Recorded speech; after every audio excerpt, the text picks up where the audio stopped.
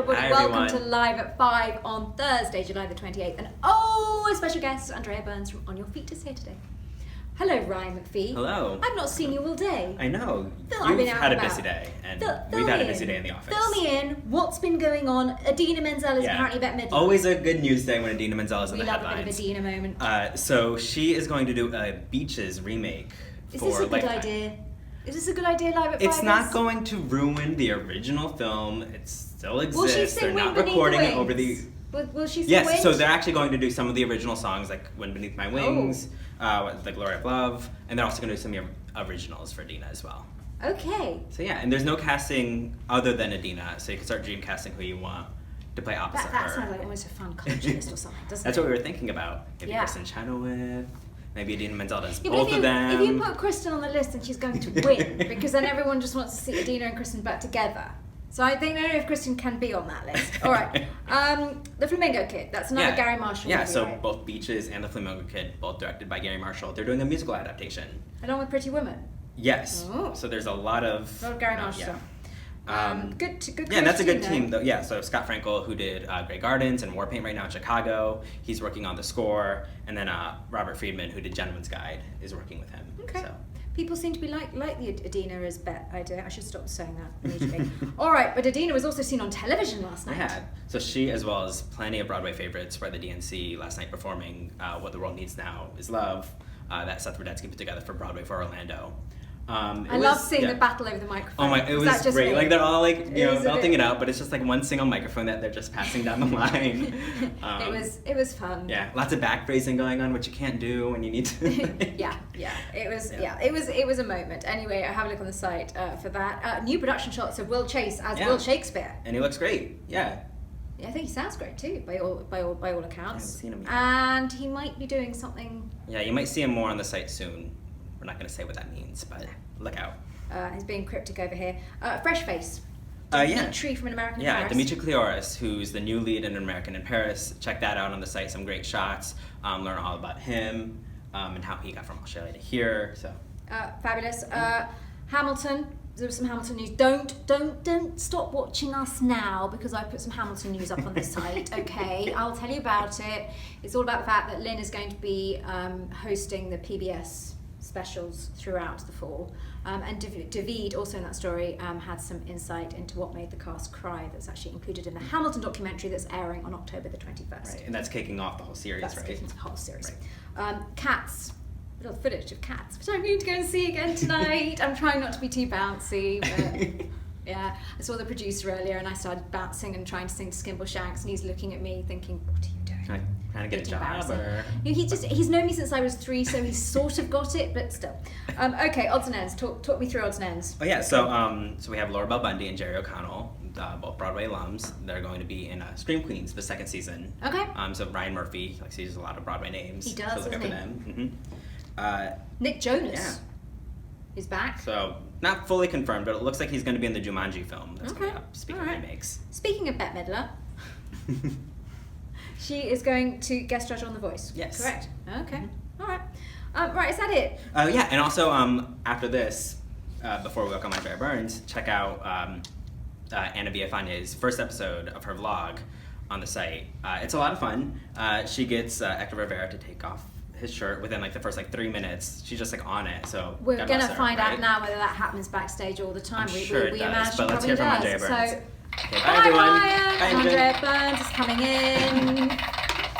Oh my Yeah, gosh. big setup, so- Entrance applause. Absolutely. entrance applause. Thank you Hello. for doing How are this you? today. Mwah. Thank Lovely you to see so you. much for doing this today. Thanks, Imogen. Glad to be So here. we've finally had Anna's vlog. The first one is up. Yes. I mean, is it like that backstage all the time with Hector with his shirt off? I mean, we're all now he's in constantly walking around without his shirt. No, that's not true. He's actually quite a gentleman, although they are exploiting his abs Well, all I mean, over if the you Broadway. have abs like that. Well, why not? Why I not? mean, you sort of would, wouldn't That's you? right. It's I a mean, lovely if you look like thing to that look with at. your shirt off, I think it's fine.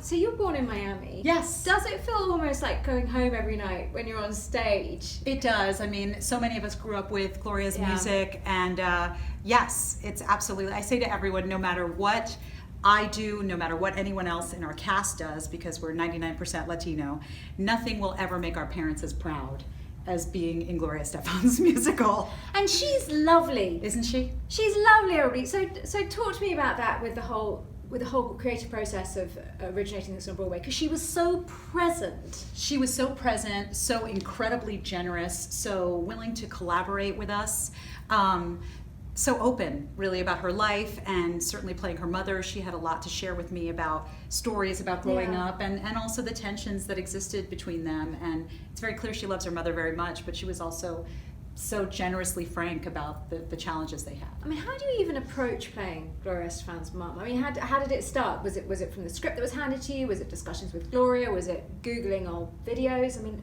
how did you get into think it? A lot of everything, but mostly what opened it up for me was discussions with Gloria, because before we just call her playing Gloria Estefan's mother, this is a woman. Yeah. This is a living, breathing woman who had to flee Cuba and come here and start a new life.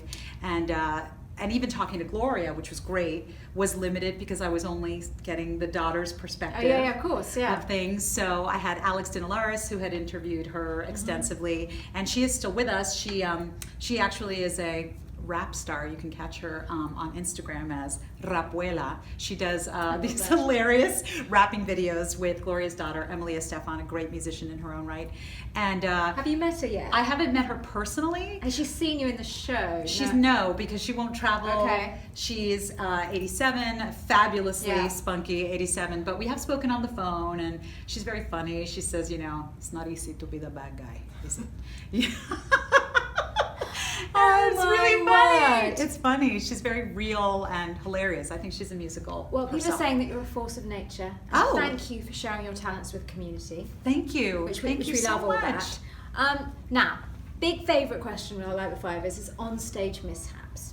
So have there been on-stage mishaps on your feet that we might need to know about? Well, involving shirts being ripped off? No shorts. I mean, those shorts are very short as well. No, there might be a mishap that involves shirts being ripped off. But actually, recently we had some set issues one day, and Josh Segarra, who we miss very much, but he's gone on to do great things. He's doing Arrow with the CW.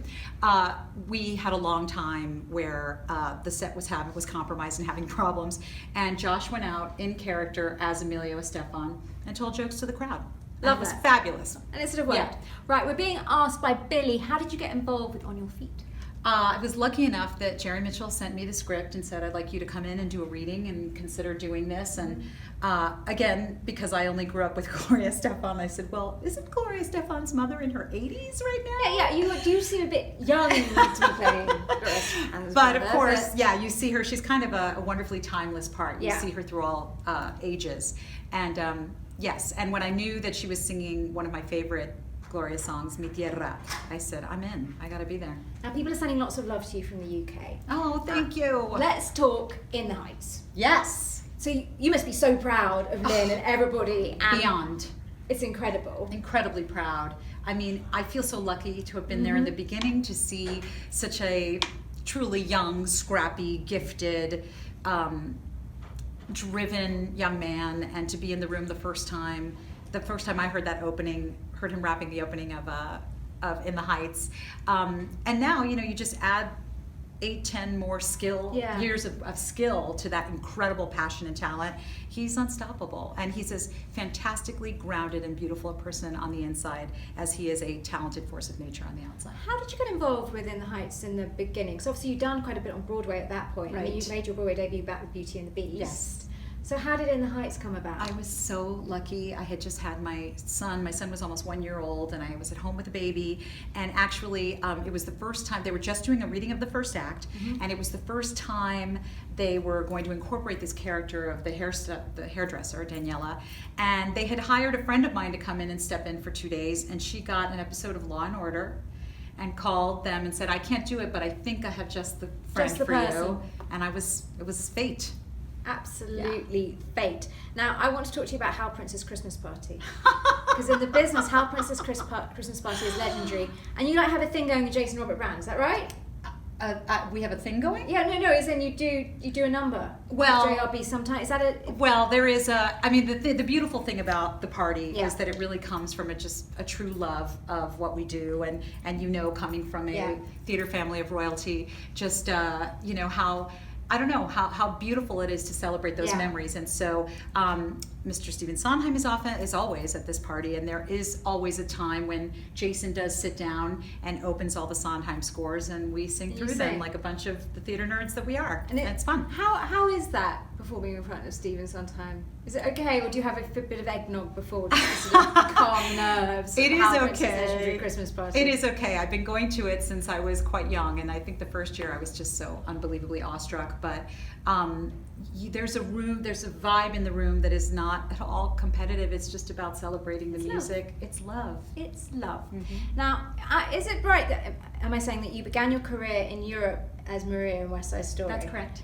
And you were 18. Yes.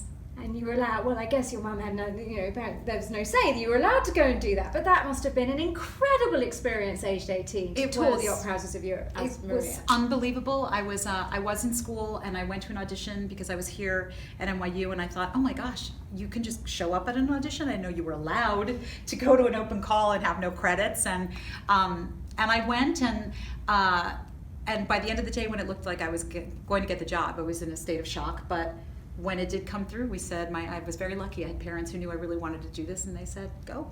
What advice would you give to your 18-year-old self now you've learned about the business? I would always say, stay true to who you are. Do you. Don't try to be anybody else. And then there's advice I would take from my 18-year-old self, which is let the love lead and don't be afraid. Because I was pretty fearless at the time to just go to Europe with a bunch of strangers. It's fine. Yes. It's not a problem. I've grown up. I've got this, everyone. Exactly. So sometimes I need a little dose of that. Now, being asked about your experience being in the Nance. Oh, fantastic. Yep. Fantastic. I mean, Nathan Lane, what's better to be in a troupe of players? There were 6 of us with Nathan Lane improvising, and all of us being open like a basketball team, like, I'm open, you want to throw me an ad-lib? I'm here, I'm here. And does he do that? Does he ad-lib his way through these shows? Oh my God, yes, but he's incredibly skilled at it. So a lot of us just stand there in the wings in awe. So you feel safe when you're on stage with him? With you him, don't absolutely. think ever that he's going to drop you and... Never. And he's coming back, isn't he? Yes, on the front page. I hope you get to see it, because the thing about being in a show on Broadway, 8 shows a week... Oh, it's terrible. ...is you don't get to see all these amazing productions. Well, I'm really hoping that I get to. Yeah, fingers crossed. Now, you are doing 8 shows a week. Yes. How do you cope with it being a marathon? I mean, it really is, isn't it? You've got to look after yourself. You can't party away. I mean, you might look like you're in Miami, but you're not allowed to party away, are you? You've got to be... Yes, you do. Basically. You do. You have to take care of yourself. Have to know when to rest when you need it. Mm-hmm. And just be responsible. I mean, the good thing is it's a party. We have a phrase that we made up at In the Heights, and we have it. It's in Spanglish at On Your Feet, and it's called we don't have jobs. We have a party con pay, which is like a party with paycheck. And so there's enough joy in that sense that I get out of work that it's worth being quiet and taking care of myself when I get home. Perfect. Now, I always like to bring it back to the show when we're doing an interview, when we're wrapping up. What do you hope audiences take away with them from On Your Feet? That anything is possible, that where you came from or what you look like should never be a block to your dreams, and that you can step into a show that's about a culture that you don't know anything about and walk out feeling like you connect completely to the values of family and generation, and basically just have a blast. Now, Henry thinks you're beautiful inside and out. Oh, thank you, Henry. Andrea Burns, that is so true. Thank you so much for joining us today. Thank you for joining us live at 5. Of course, it's Summer Friday, so we won't be seeing you tomorrow, but we will be seeing you at 5 o'clock on Monday. Have a wonderful weekend, everybody. Bye, everybody. Thanks. Bye.